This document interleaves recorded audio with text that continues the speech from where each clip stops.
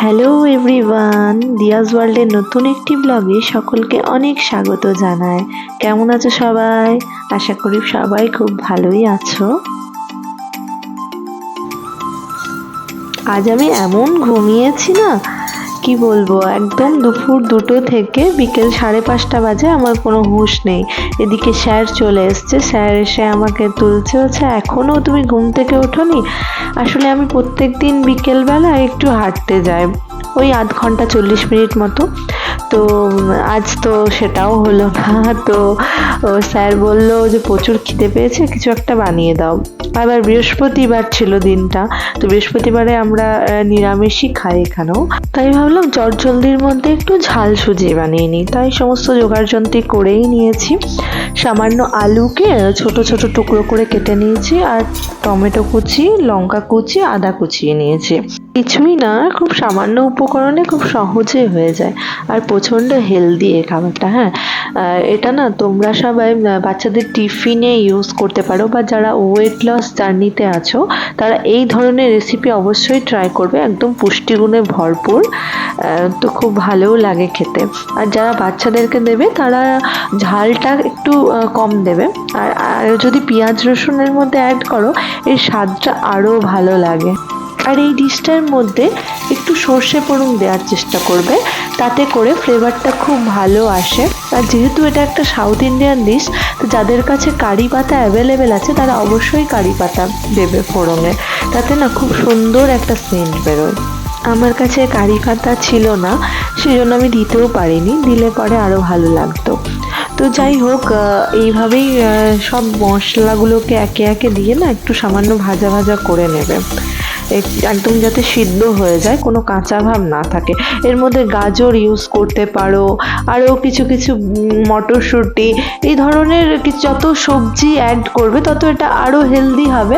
আর যাদের বাচ্চারা ধরো সবজি খেতে অতটা পছন্দ করে না, তারা এই সবজি মিক্স করে সুজিটা দিলে তাহলে পেটটাও অনেকক্ষণ ভরা থাকবে। বাড়ি থেকে সবাই ফোন করে বলছে ইন্ডিয়াতে প্রচুর ঠান্ডা পড়েছে। কোনো কোনো দিন বলছে 9 ডিগ্রি, কোনো কোনো দিন বলছে 14 ডিগ্রি, কোনো দিন বলছে 11 ডিগ্রি। মানে ভাবা যায়, আমাদের এখানে না রাতের দিকে আমাদের এসি চালিয়ে ঘুমোতে হয়, এতটাই এতটাই মানে এখানে ওয়েদারটা নাতিশীতোষ্ণ, না গরম না ঠান্ডা। কিন্তু যেহেতু সমুদ্র সামনে আছে, তো তাই রাতের দিকটা না একটু মানে ভ্যাপসা টাইপের গরম থাকে, সেই জন্য রাতে আমরা এসি চালিয়ে ঘুমাই। সারাদিনে আমাদের ফ্যানেই কাজ হয়ে যায়, এসি লাগে না, কিন্তু রাতের দিকটাতে লাগে। চারিদিকে তো প্রচুর বিয়ে বাড়ি হচ্ছে দেখতে পাচ্ছি।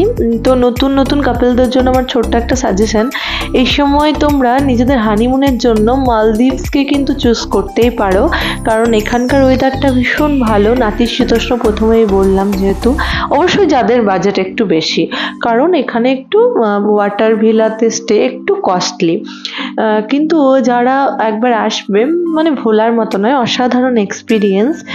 চারিদিকে এত সুন্দর পরিবেশ। আর নতুন কাপেলরা তো অবশ্যই চায় যে নিজেরা একটু পার্সোনাল টাইম স্পেন্ড করবে, কেউ তাদেরকে ডিস্টার্ব করবে না। তো তাদের জন্য না একদম বেস্ট প্লেস। তো অবশ্যই তোমরা যদি বাজেট বেশি থাকে তো মালদ্বীপসকে অপশনে রেখো। আর এদিকে আমার সুজিটা একদমই হয়ে এসছে, এতে হালকা হালকা করে জল দিয়ে মেশাতে থাকলে একটার সাথে একটা সুজি একেবারেই লাগবে না, একদম ঝুড়ো ঝুড়ো পারফেক্ট হবে। ওপর থেকে আমি বাদামটা ছড়িয়ে নিলাম, একটু নেড়ে চেড়ে নিলেই কিন্তু রেডি। আমি দুটো বাটিতে দুজনের জন্য সার্ভ করে নিলাম, এবার স্যারকে দিয়ে টেস্ট করাবো কেমন লাগলো শুনি। চলো বলো কেমন হয়েছে? গরম না? ভালো হয়েছে টেস্ট।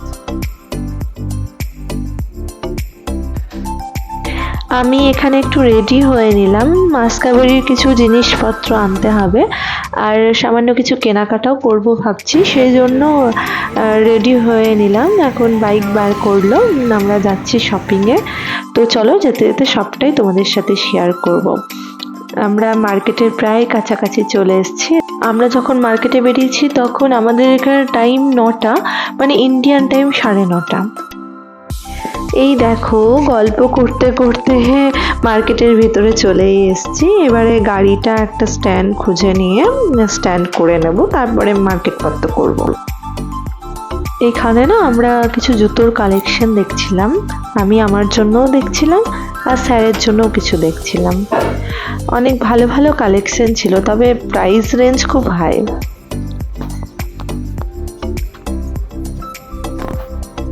এই দেখো, স্যার আমার জন্য একটা পিঙ্ক কালারের জুতো দেখেছে, বলছে এটা খুব ভালো লাগবে তোমাকে, কিন্তু আমার ঠিক ভালো লাগেনি, তাই নিলাম না। আমাদের মাসকাবারের জিনিসপত্রগুলো এর ফাঁকে টুকটাক নিয়ে নিয়েছি। এবার আমি চলে এসেছি মেন জায়গায়, মানে ব্যাগ দেখলে না আমি নিজেকে ঠিক রাখতে পারি না। এখানে তো এক্সে বার্কার এক ব্যাগ ছিল, প্রত্যেকটা ব্র্যান্ডেড ব্যাগ, আর এত ভালো কোয়ালিটি, আর দেখতেও না একদম ক্লাসি। আমার মতো কে কে আছো ব্যাগ প্রেমী, কমেন্টে অবশ্যই জানাবে। তবে ব্যাগগুলো একটু কস্টলিও ছিল, অবশ্যই ব্র্যান্ডেড ব্যাগ, কস্টলি তো হবেই। আমাদের কেনাকাটা সব কমপ্লিট হয়ে গেছে, এবার আমরা দুজন একটু চায়ের দোকান খুঁজছি। এই দেখো, চা পেয়ে গেছি, মশালা টি। এখানে চাগুলো ভীষণ ভালো বানায়। এই দেখো, আমরা বাড়ি চলে এসেছি, প্রায় 10:30 বেজে গেছিল বাড়ি ঢুকতে ঢুকতে, মানে ইন্ডিয়ান টাইম 11টা। আজকের ব্লগটা এখানেই শেষ করছি। আজকের ব্লগটা কেমন লাগলো কমেন্টে অবশ্যই জানাবে। সবাই ভালো থাকবে, সুস্থ থাকবে। দেখা হচ্ছে নেক্সট আরেকটি ব্লগে। টাটা।